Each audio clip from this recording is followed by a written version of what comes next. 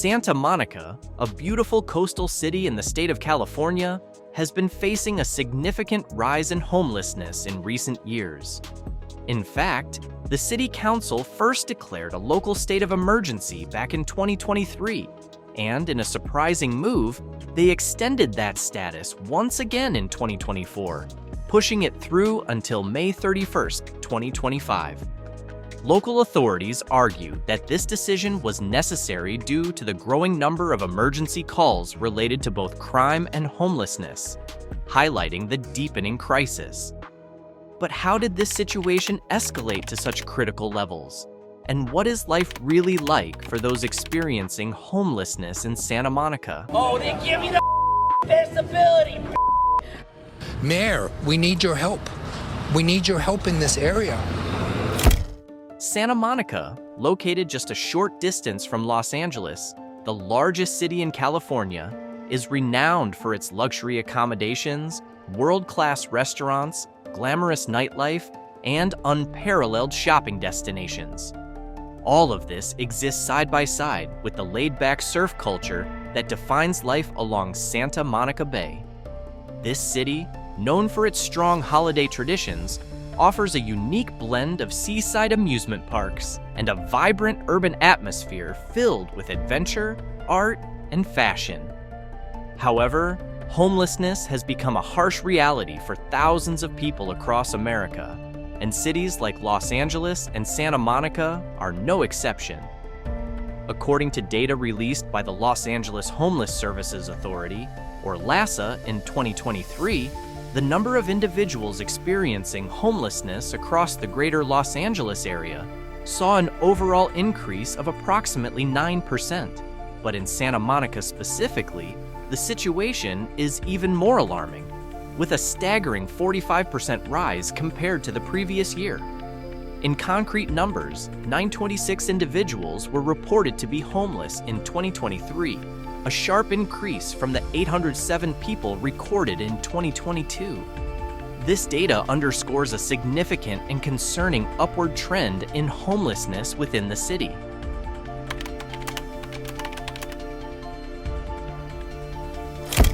The rising homelessness crisis in Santa Monica is the result of a complex web of systemic issues, each influencing the other in a cycle that's difficult to break.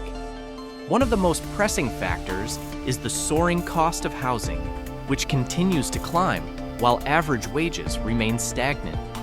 This widening gap has led to a severe shortage of affordable housing options, forcing many residents out of rent-controlled units they once called home. As financial pressures mount, many individuals find themselves seeking solace in unhealthy coping mechanisms, often turning to alcohol and illicit drugs. Substance abuse, coupled with the lingering effects of deinstitutionalization of mental health care facilities that began in the 1980s, has further exacerbated the crisis. Many people who struggle with mental health issues are left without the support they need, making it nearly impossible for them to sustain a stable life in Santa Monica, even those who are employed.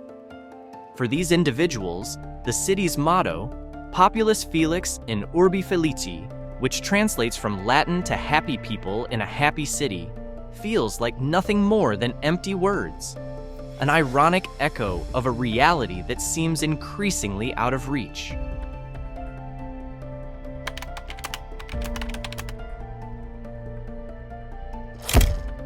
One of Santa Monica's most iconic destinations, 3rd Street Promenade, has long been considered the crown jewel of the city.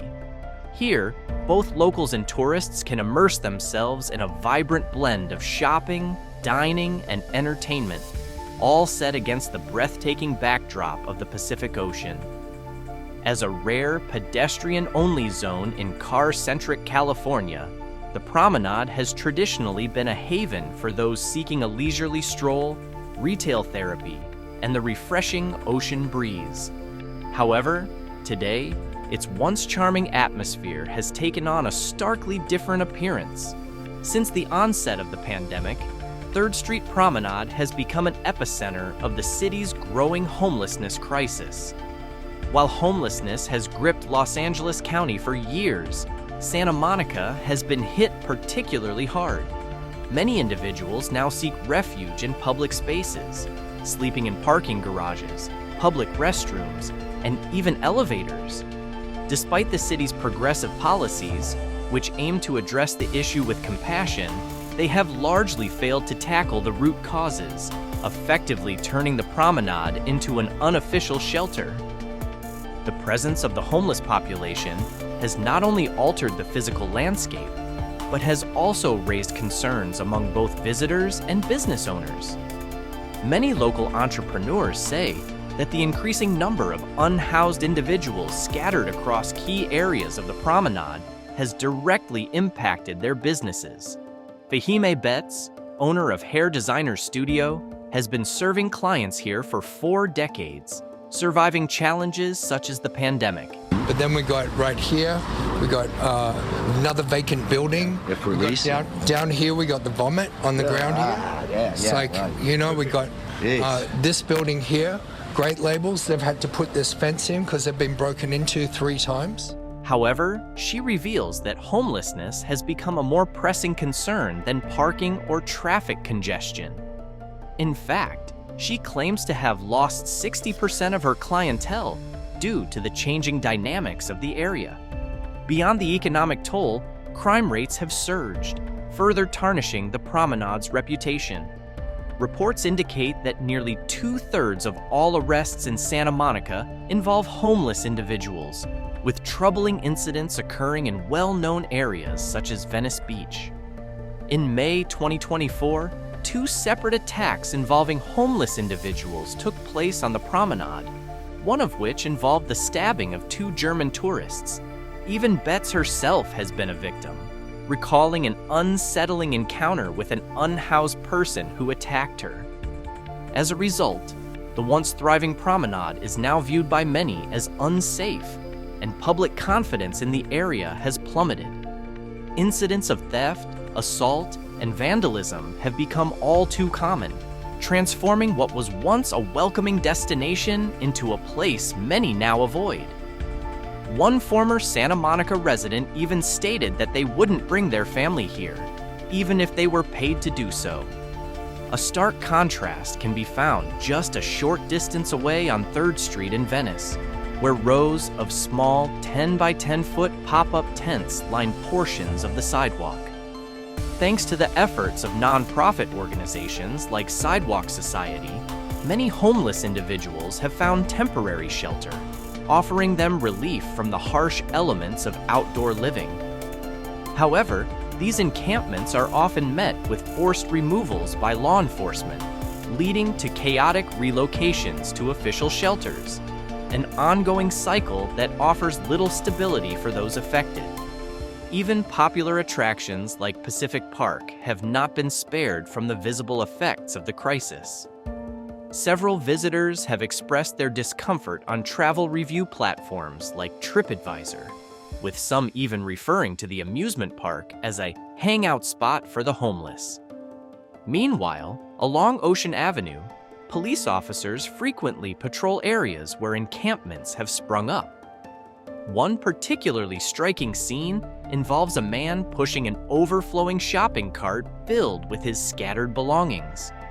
In a compassionate yet firm approach, officers engage him in conversation, eventually asking him to relocate in an effort to maintain public space accessibility.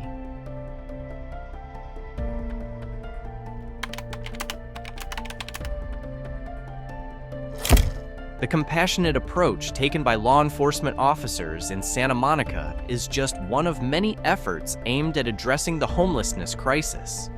However, the executive order issued by California Governor Gavin Newsom, which urges cities and counties to clear out homeless encampments, has been widely criticized for lacking a truly humane solution. The so-called whack-a-mole strategy, where homeless individuals are relocated from one encampment only to see another pop up elsewhere, has proven to be far from an effective long-term solution. Traditional efforts, such as establishing shelters in strategic locations, have also been implemented, but these often fall short in terms of providing adequate health care and social services. Conflict and violence among shelter residents are not uncommon, further complicating the already challenging situation. Oh, they give me the disability. Santa Monica's mayor, Bill Brock, has been actively addressing the issue across various media platforms, offering reassurances and hope to residents. When asked about the governor's executive order, his response has been one of balance, stressing the city's commitment to treating the homeless population with compassion and humanity, while also considering the concerns of local residents and business owners who are affected by the crisis.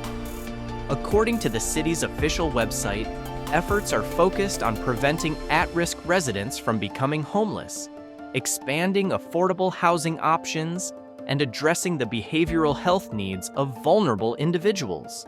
Additionally, the city is advocating for greater regional capacity to combat homelessness. However, experts caution that simply providing housing without addressing the underlying issues, such as mental health disorders and addiction, will not be enough to help individuals achieve long-term independence and stability. Santa Monica's commitment to tackling homelessness dates back decades. In March 1991, the City Council established the Homelessness Task Force, which was charged with developing immediate and long-term recommendations to better address the escalating crisis. The task force was tasked with creating a balanced approach, one that considers the need for support services and shelter, while also prioritizing public safety and advocacy at the local, state, and federal levels to drive meaningful change. The task force's recommendations are structured around 5 interconnected areas: public health and safety, social services, shelter and housing, funding resources, and advocacy and partnerships. Despite annual reports highlighting the city's progress in addressing homelessness, it is clear that the work is far from complete. Recognizing the ongoing challenges, on May 14, 2024, the Santa Monica City Council voted to extend the local state of emergency on homelessness until May 31, 2025. The extension aims to maintain the city's momentum in tackling the crisis, allowing for rapid and flexible responses to evolving needs. While the decision reflects the city's political will and aspirations, whether it will yield tangible results remains a subject of debate.